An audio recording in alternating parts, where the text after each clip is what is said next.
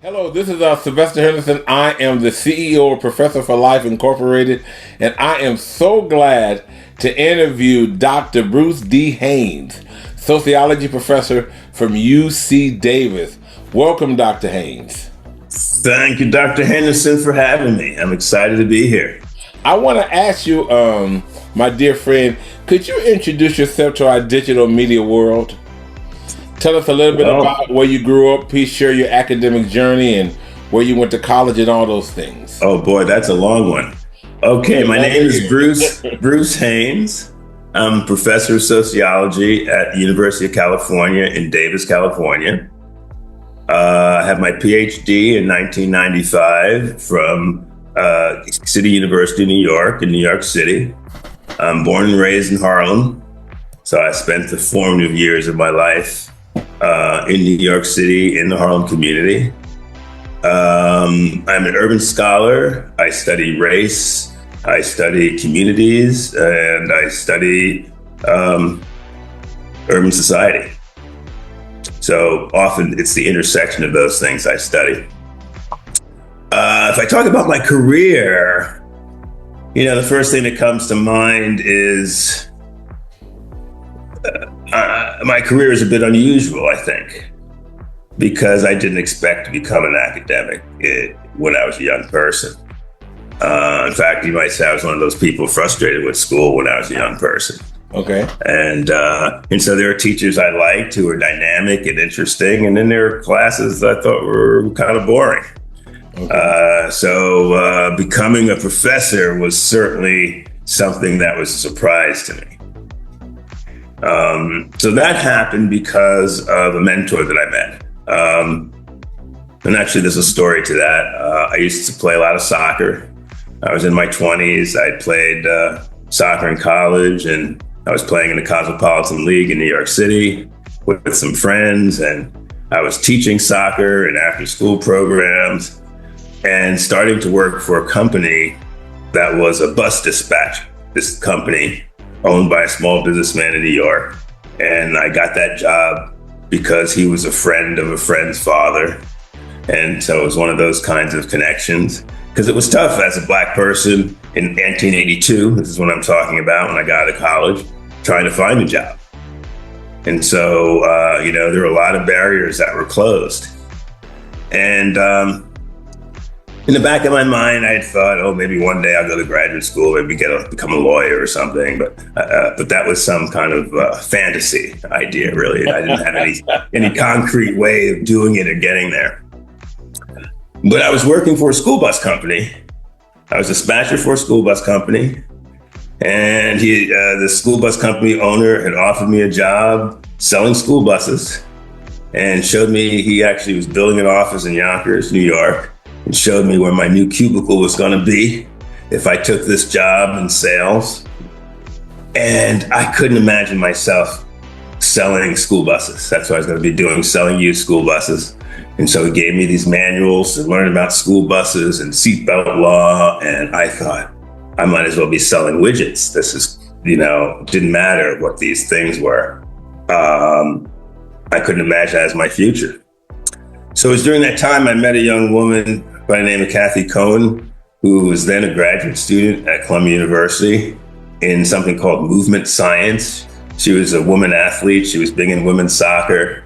And so because I played soccer, I started meeting all these women soccer players and hanging out with my friend Kathy. And Kathy said, hey, you should work for this friend of mine who picks juries in New York City. His name is Jay Schulman, and he's a sociologist. And I had studied sociology. So I thought, wow, I could work for someone who's a sociologist. Who ever heard of such a thing, really? And so Kathy introduced me to this gentleman, Jay Schulman. And Jay Schulman was a fascinating character. He was a former professor at CCNY. He led student protests of Black and Puerto Rican students back in the 60s.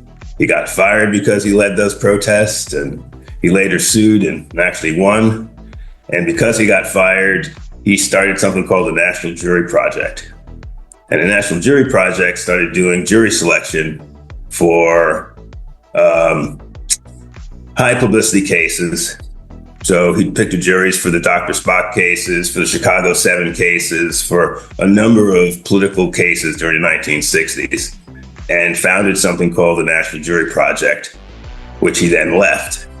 So I believe the National Jury Project still does pro bono work for lawyers. So this was an instrumental scholar who I got introduced to. He was picking juries in the court system in New York. And so I started becoming a jury worker. I started learning how they did jury selection and helping with the social science analysis of juries in New York City. So I worked on the Howard Beach case. I worked on the Bensonhurst case. Those were civil rights cases. I worked on when CBS sued, when General Westmoreland from the Vietnam War sued CBS for libel. I worked on that case, picking the jury for General Westmoreland. And so I worked on these high publicity cases in New York City. And this mentor of mine, Jay Schulman, finally said to me, okay, he put me in places where I could learn social science skills. He put me in survey research shops to learn how surveys were done. And then one day he said to me, you need to go to graduate school. You can't work for me forever. It's time for you to go meet some of my friends at CUNY Graduate Center. And I went and I got matriculated into a class as a non-matric student. I took a research methods class. That was a year-long class.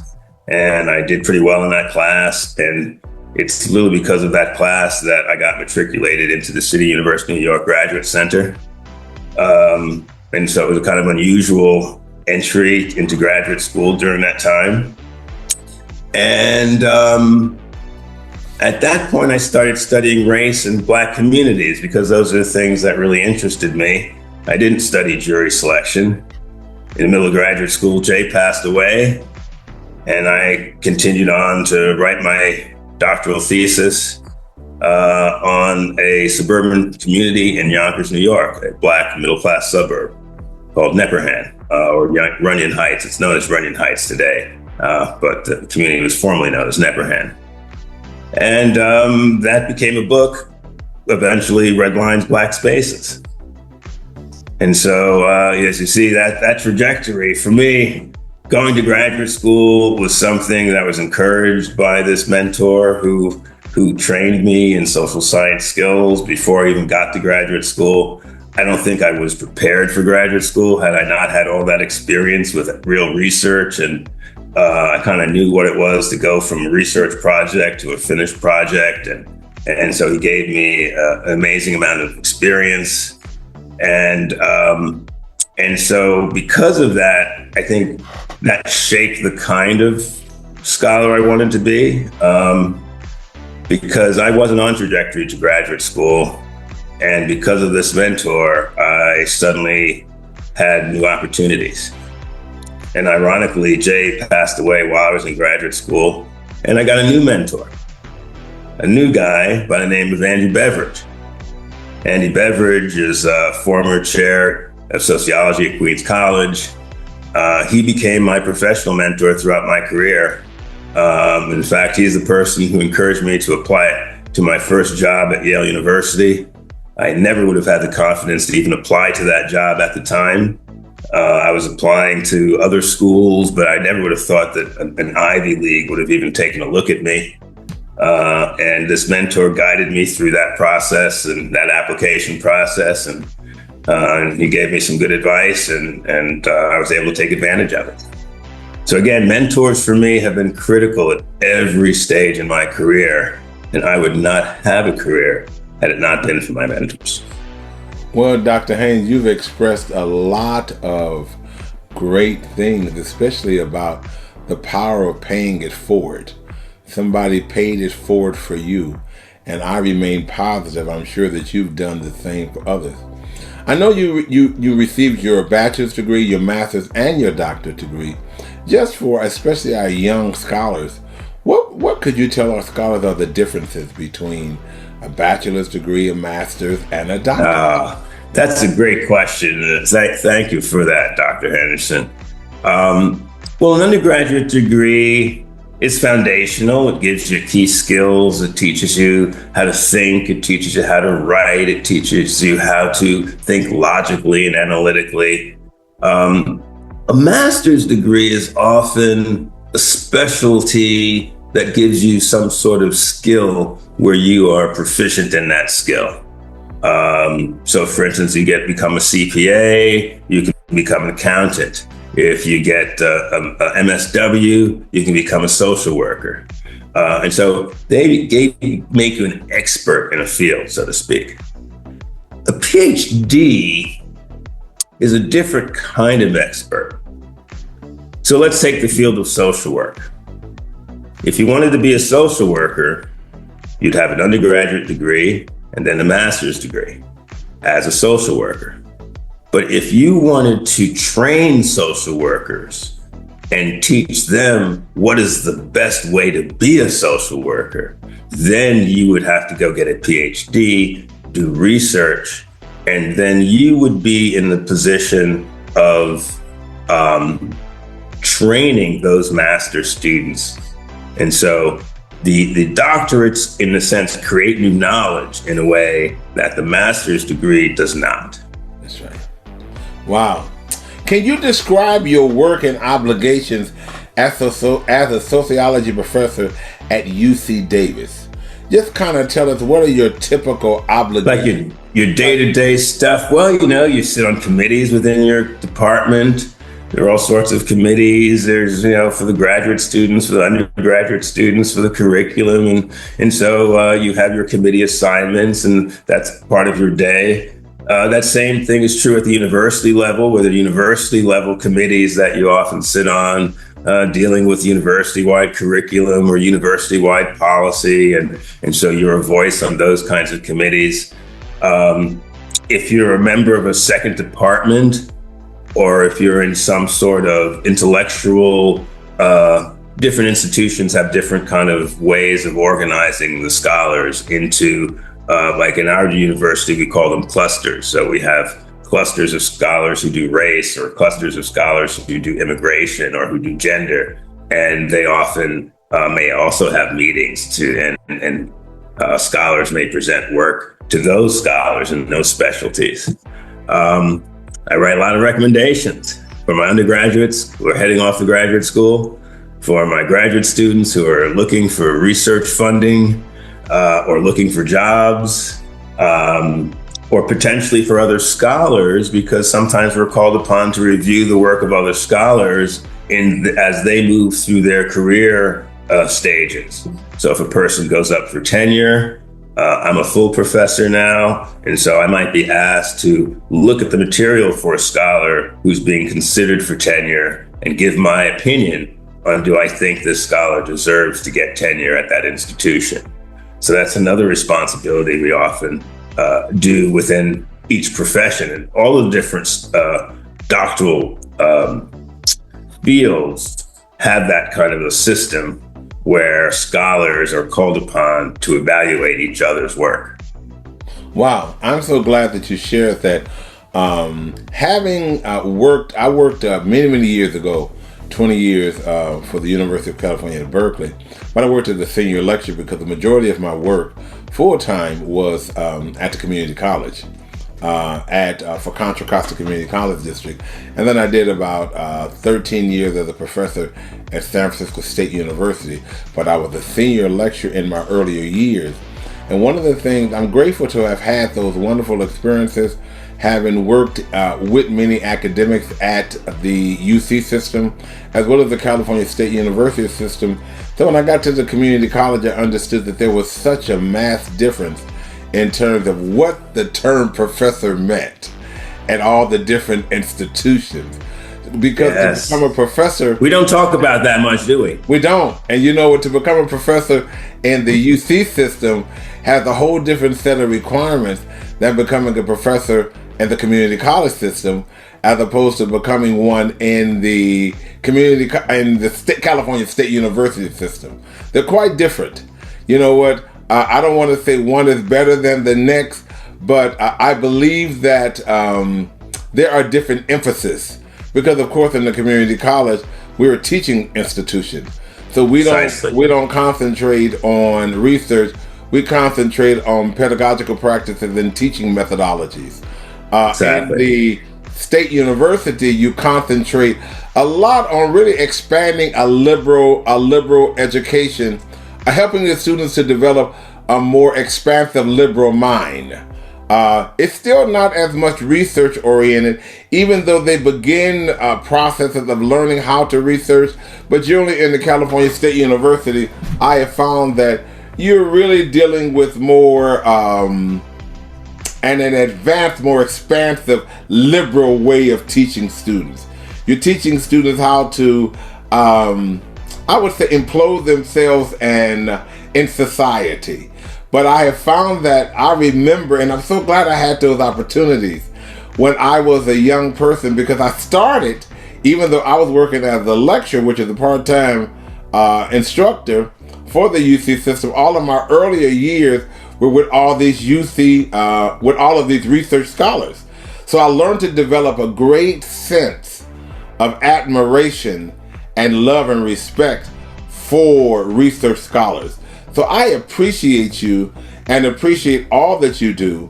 And I'm so honored to have the opportunity to speak with you. Having said that, could you tell me some of the classes that you teach at UC Davis in the Department of Sociology and others as well? What is your typical class structure per semester or quarter? Okay, so before I answer your question about classes, you touched on something that's really interesting that I think anyone who might be interested in going into higher education as a teacher or as a professor or as a scholar might think about. That's right. I didn't think about these things when I started my career.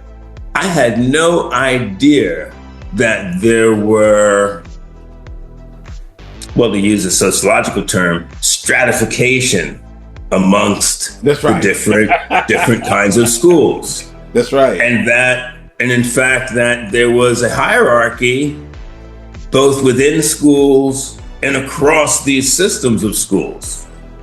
So some systems would claim they're more important than others. And I didn't understand any of this when I entered. So think of me literally like I'm just like my undergraduates, like green. I had this interest in this topic. I pursued it with my head down, running really hard, working really hard.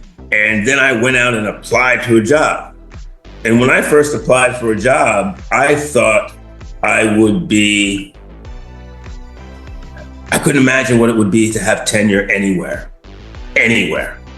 Because to me, college was college and professors were professors. And I knew there were some fancy schools, Princeton and Harvard, and there were those elite schools. And then there was everything else, quite literally in my mind. And so I learned that the track that I went on, we would call that a D1 research track, an R1. I often refer to as R1, Research 1. And so what does that mean? Well, those are the schools that get scholars who often get money to do research. And that's what they're driven by. That's right. And teaching, while when I first came to UC Davis, they used to say teaching is just as important as research. Nobody says that anymore. That's like old school knowledge. We are Research 1. We're competing with the top Research 1 schools. It's all about getting research dollars, how many dollars we get, how we compete in that game. And that's its own game, the Research 1 game. Here in California, this is a huge state, right? The size of the Eastern Seaboard almost, right? And so, California has lots of different kinds of students. And some students who live in really wealthy environments are well better prepared to compete in these Research 1 kinds of environments. And on the other hand, the other schools, community college, CSUs, so we have like state colleges, we have all of these different tiers of kind of education. And some of them specialize in certain areas and that's become their bread and butter. right? And so you have these concentrations of expertise in these different kinds of areas. But the thing that really I learned, as you mentioned, is really the key distinction between the Research One and the other kinds of schools is how teaching is weighted and valued in your promotion in your career. So here at UC Davis, I would say teachers have to be good, but they don't really have to be great as long as their research is good or great. That's right. At the CSUs, it's the teaching that is driving the promotion structure. At community colleges, the teaching. And so on the one hand, I have respect for them because I think they teach the craziest heavy loads. They are swamped by teaching. They are swamped by students. And that is intense work. You're giving your emotions and you give your life over to those students in that way. And so that's demanding work. And so I got a break from that because I got to go off and sit in a room and just write. And I got protected because of the way this UC system works. And so my career is somewhat privileged in the context of I did not teach near as much as you did in your career. I already know, we're not even asking you. And that has to do with the way Research One universities, I only have to teach 4 courses a year.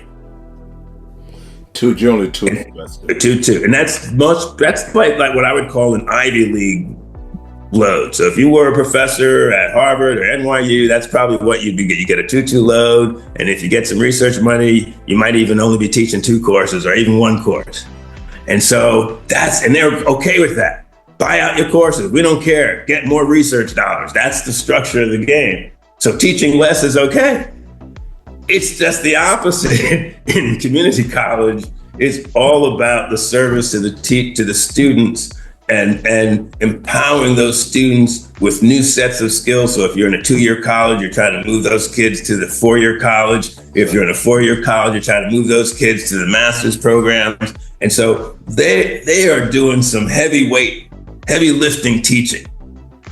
When you think about it, Dr. Haynes, that's a good thing because exactly, it totally is. Having worked in all 3 segments has given me a great respect for all 3 segments.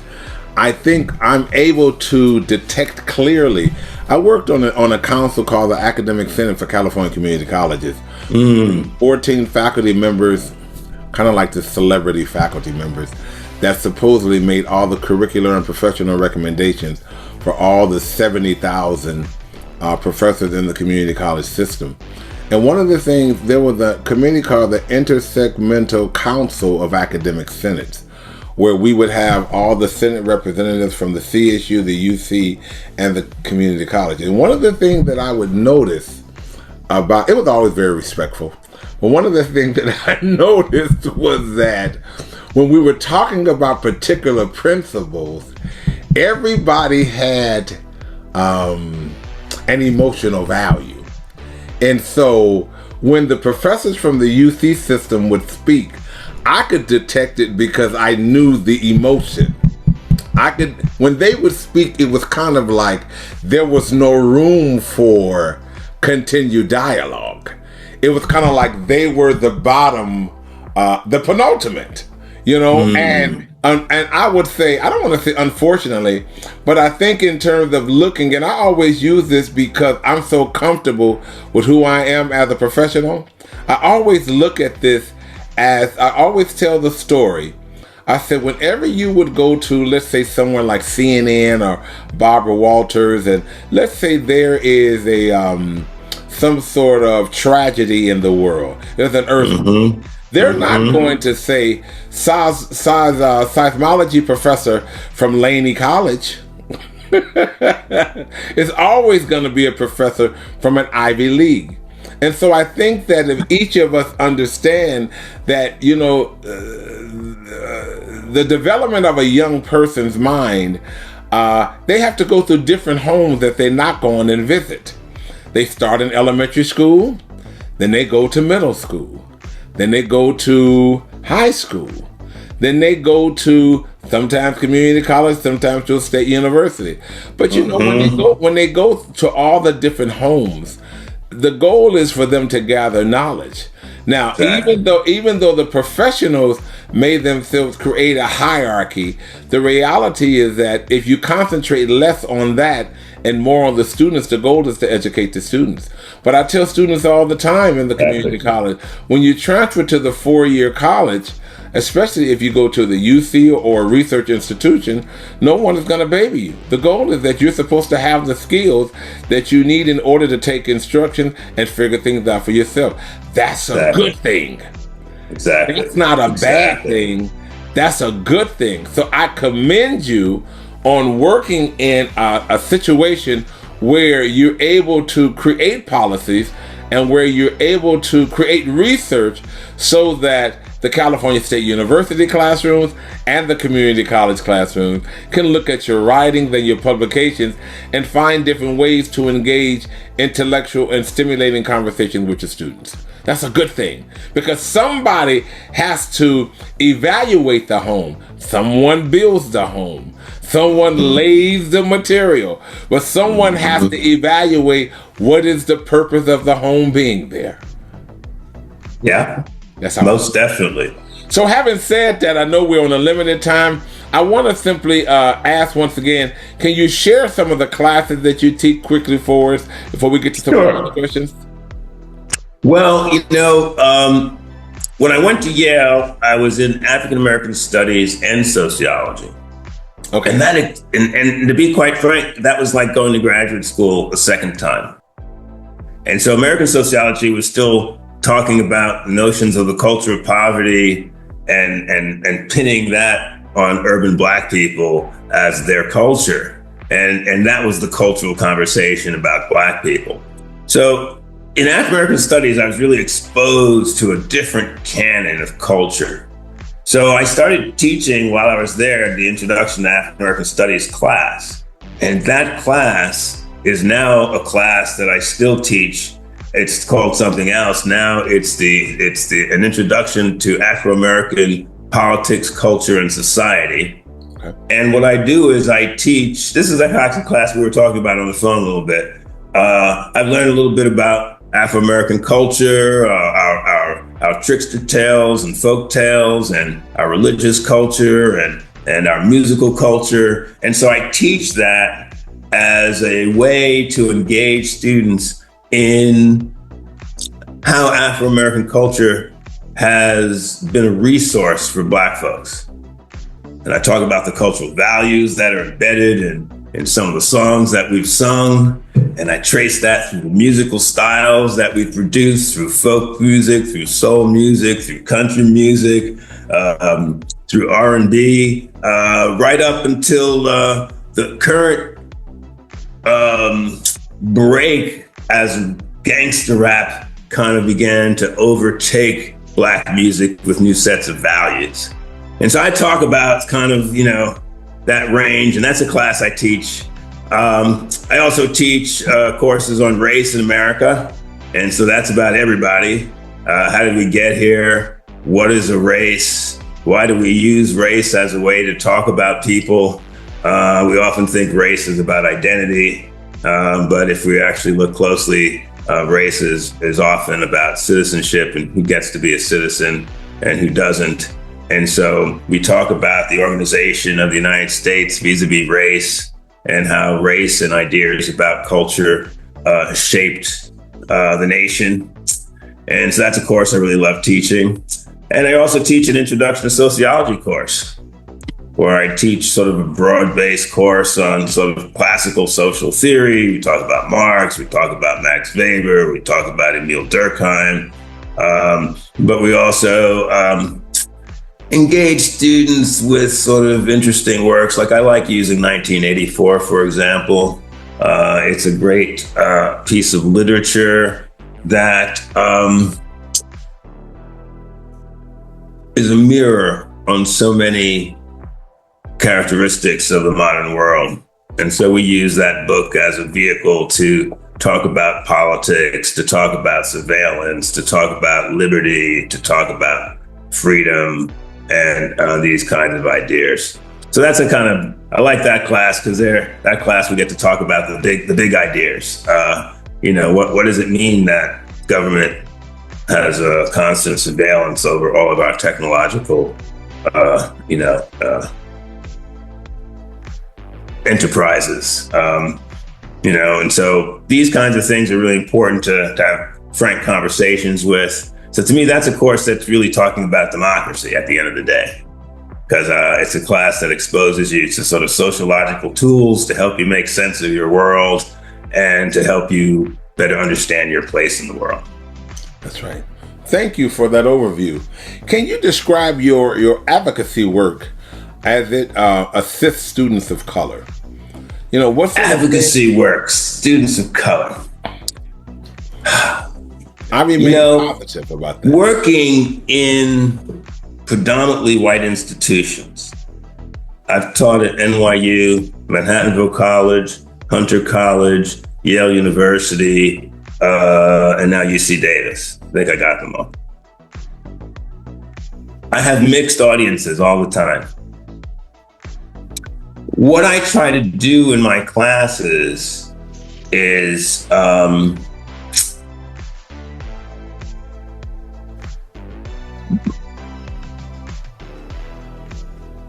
deconstruct the way race works within our society. And by doing so,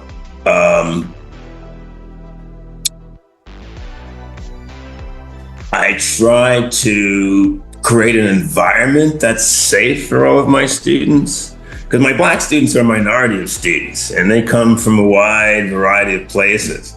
And often they might want to be invisible because they might only be one of a handful of Black students in the place. So often I reach out to my students, and here at UC Davis, that's something I've always prided myself in. The top flying students are going far. They're going to be fine.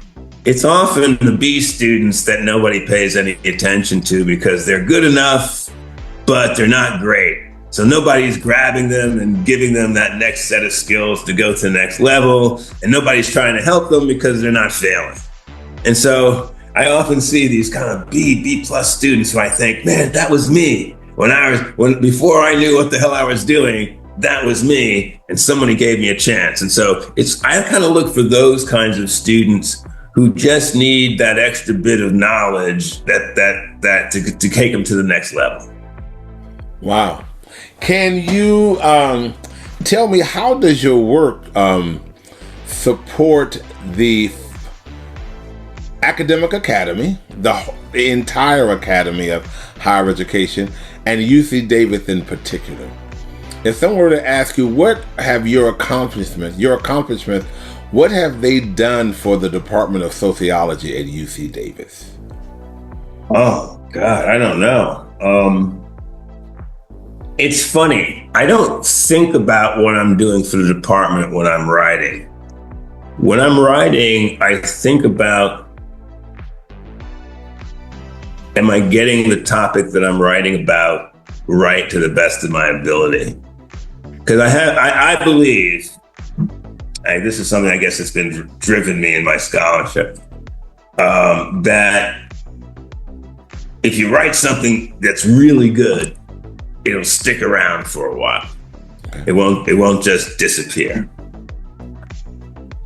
The thing I think I'm most proud of my scholarship right now, if you ask me, is that if you go online, if you go to Amazon, you can still buy every single one of my books for a reasonable price. I believe my books are still available because they're still relevant. And so for me, that's what I've striven to do with my scholarship: write books that I believe will stand the test of time because the topic that I've covered, I did justice to. In my mind, I like to say I got it right. Of course, in scholarship, we know things are always changing. My book on Black Jews, we're going to learn more about Jews of African descent. We're going to learn more stories. We're going to learn more intricacies. There are going to be new twists that I didn't capture in my book. So my book is a start. But because I think, or I hope, my book is so comprehensive that 10 years from now, when scholars want to write about Jews of Afro-American descent or African descent, they're still turned to my book as a place to start. So that's the way I've tried to write my scholarship. And so whether or not I'm successful, time will tell. But I am very proud of the fact that right now, all of my books are still available in print. Well, Dr. Haynes, I would like to say something positive. You kind of alluded to the fact that, well, you kind of altered the question, because I think that was your humbleness. But I want to just say one of the reasons that I asked that question was because as a man of color, having accomplished as much as you have as a man of color is a testament to the Academy of Higher Education and UC Davis. Well, let me say thank you so much for that. But it's so funny,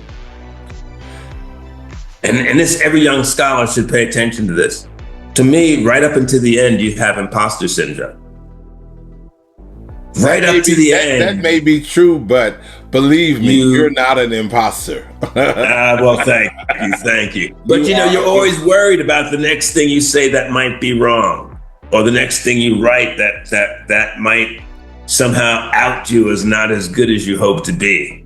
So so there's a lot of responsibility that goes with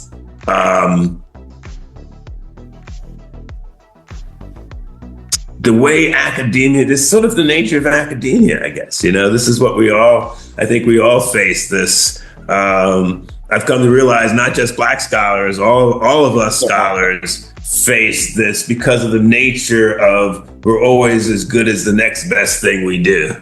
But the fact that you are an African American male and you're able to engage in this type of work, and where there are so few men of color in your type of position, is a testament again to higher education at UC Davis. So having said that, I want to leave that there, because I find that I enjoy hearing you talk, because your statements are very humble. And unfortunately, sometimes what happens in higher education, because of how society views it, we need more people with the heart of yourself who really care about students and care about what the students are really absorbing in their minds, and really how you're helping them down through time. Because a writing really only talks about your perspective and your thinking at that time. But everybody knows that humans are an evolved, we are all evolving specimens. So having said that, as a noted research scholar, what are your most significant writing accomplishments? If you had to look at all of your books and your publications, do you have one? Now, I'm sure you love them all, but do you have one that you feel, you know what, I want to concentrate on that one because I think it made a great impact to me? Okay, what's interesting, if I think about my career, it's one thing, but if I think about my person, it's actually kind of a toss-up between the two. So let me explain, okay? Okay. So it's gonna be, you're not gonna like my answer. It's gonna be 2 books. And here's why. Okay. Back in 2018, okay, I needed a research project. I'm gonna tell you the honest story. And I had a file card of ideas that I'd done, right? And I need a research project because if I had a good research project, Yale would give me a full year sabbatical to do my research project. Okay. So I went to the Yale library, which is a great library. They have a great library at Yale. I went to Sterling and I pulled everything out on the topic that my wife said, the Black Jews, that one. that's a great time. And I'm like, real? Just, yes, that's the top. I'm like, okay. So I pulled everything out of the library on Black Jews, and I wrote up a proposal, handed it in, and I kid you not, they took it. And now I'm like, damn. So now I got to write this project on Black Jews. I had not really thought this thing through.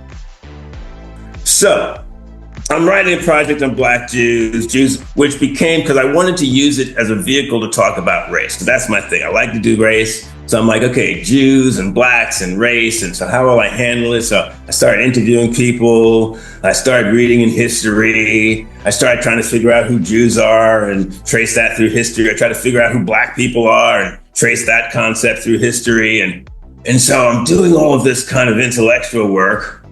And I'm like, this is taking too long. I will never finish this book.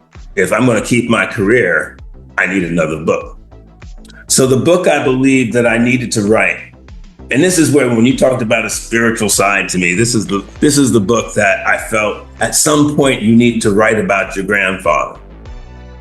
George Edmund Haynes was the founder of the Urban League, and nobody knows that.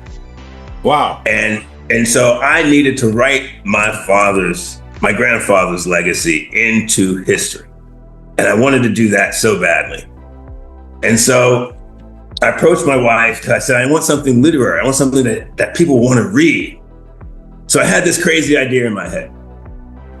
In sociology, we talk about the sociological imagination, connecting personal troubles to political issues, connecting the individual to history. And we talk about doing this, but in practice in sociology, we're always looking at little data and micro things. We never actually do that as sociologists. So I said, well, what if I did that? Wrote a book that connected the individual, me and my family, to the different layers we always talk about it in my class, to the different layers of society, and show people how sociologically things are playing out on the ground. They'll show you the power of sociology through a personal narrative of my family's story in Harlem. So it's going to be about my family's house, the neighborhood, Harlem, New York, the country, etc. I was going to show these layers of social forces playing down on the ground. So I wrote this book, Down the Upstairs Case. Very proud of this book with my wife, Syma Solovitch. I couldn't have written it without her. It got reviewed in literary places, so it crossed over. It was published by Columbia University Press, so it's an academic book. It has chapter notes at the end, so it's well documented. Everything I talk about is well documented, but it doesn't ruin the story. So it's a one-of-a-kind book. I'm very proud of this book, and that's my mom, 1952, with my older brother, her firstborn son. Oh, that's beautiful. At 147th Street and Convent Avenue, looking up the block from where my family house is. So that's like the Black bourgeoisie of 1952. She is fresh out of Atlanta School of Social Work, and she's a social worker at Harlem Hospital. And that's the way that woman dressed, okay? So I wanted to show what it was to be Black and middle class growing up in Harlem. I wanted to show the challenges of my family. I'm the youngest of 3 sons. My middle brother was killed when I was 16. My oldest brother ended up with mental health issues as an adult. So out of 3 sons in this very middle class family, I was the only one who, quote, made it to have a middle class life. So here in Davis, people think, they look and they see a Black guy and living in a mixed neighborhood, and they say, wow, the American dream is really happening, right? See, there it is right there. And I think to myself, no, I'm kind of here despite the troubles with that dream, despite the challenges that race has put before me and my family, I'm here. And so I wanted to capture that story while I captured the legacy of my grandfather. So that's what I do here. Then I decided, okay, this project, been working on it. I learn about Jews of African descent. I learn about Hebrew Israelites, many who say they have ancestors who are Jewish, that they're reclaiming their Jewish heritage, and that they are reverts, not converts. And I finished this book, very proud of this book. It was reviewed in mainstream Jewish circles. I'm now a member of Jewish Studies at UC Davis because of this book. It's been well accepted. And I raised the possibility that there was something to the stories of these Hebrew Israelites who said they had Jewish connections. And I just raised it as a possibility that maybe there's something to these narratives. Then, after the book was published, I did a DNA test at Ancestry.com. And guess what I learned? That the biological father of George Edmund Haynes, the founder of the National Urban League, is a Jewish man named Louis Altimer, who had an illicit affair with my grandmother. Wow. And so Louis had relations not just with my grandmother, but with a couple of other women in Pine Bluff. The Black families who stayed there learned this history and kept it with them. So when I contacted the granddaughter of my grandfather's half brother, Silas Altimer, a Black man from Pine Bluff, Arkansas, and his granddaughter, Tracy Brown, who is now my second cousin, because our grandfathers were brothers, and their father was Louis Altimer, a Jewish guy. Not only that, my grandfather would have qualified as a Jew under Nazi Nuremberg, as would my father, who fought the Nazis in World War II. So now in this book, when I was writing it, two anecdotes that I had learned that didn't make any sense now have new meaning to me. One was that in the 1960s, my parents owned a piece of property that the frat house, as it was referred to in my family, there was this fraternity that was buying this house from my family and had been doing that since the 50s. And when I wrote this book, I come to find out, at the time I thought that was the Puerto Rican or Black fraternity because it was CCNY, and that's who was going to CCNY in the 70s. But lo and behold, I come to find out that it was a Jewish fraternity that my family owned the property to. So the Jewish fraternity at CCNY bought their frat house from my family. How did that happen? So that was one relationship. The second was my father, according to my older brother, who just recently passed away, George, my father reported to my brother, who had been in the Nation of Islam back in the 70s, that he had sought out a rabbi and that he had, quote, made peace with his God. And so those stories suddenly took on new meaning. I was like, wow, did my father know that there was some kind of Jewish connection? And then I was put in the most unusual schools for a kid growing up in New York City during the 1970s.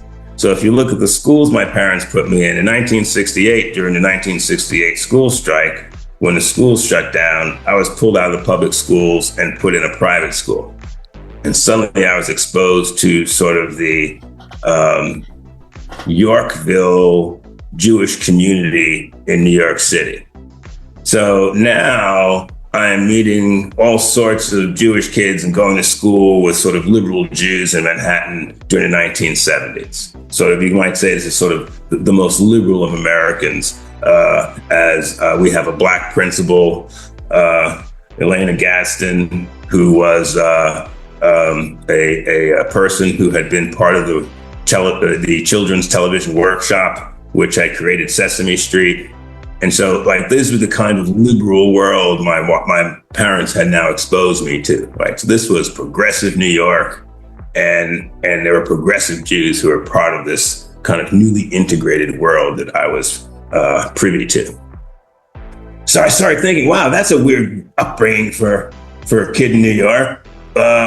So did my parents know something? So suddenly it became really interesting to me. I still don't know what to make of any of it. But the two books came together. The book about my family and wanting to save George Haynes' history and legacy now suddenly dovetailed with this book about Jews of African descent, where I find out that my own grandfather is of Jewish descent. Dr. Haynes, you have shared some wonderful knowledge. You have a great mind, and you enjoy inquiry. I can tell you enjoy inquiry, knowledge, but it always leads to some finalization of intellectual brilliance.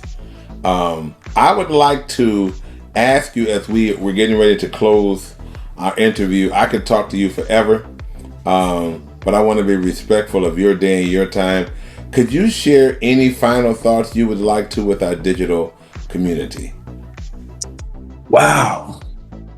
Anything with the digital community. Well, this is an interesting day. It's the day after Donald Trump has been elected the second time. And so there's a lot of apprehension in the air, a lot of fear in the air. But I guess I'm always reminded that America really didn't change. We're the same America we were last week. And though we may not like some of the America that we see out in the open, that's the real America, the way it's always been. And so, the fight for justice and equity goes on. It has never stopped. It continues. We've done well. I'm a professor at UC Davis. My grandfather, George Haynes, could not teach white students at a predominantly white university. So the country has changed tremendously. On the other hand, I can name the George Floyds going back to my childhood of Black people who've died unjustly from racism and police violence in our society. So we still have a lot of work to do.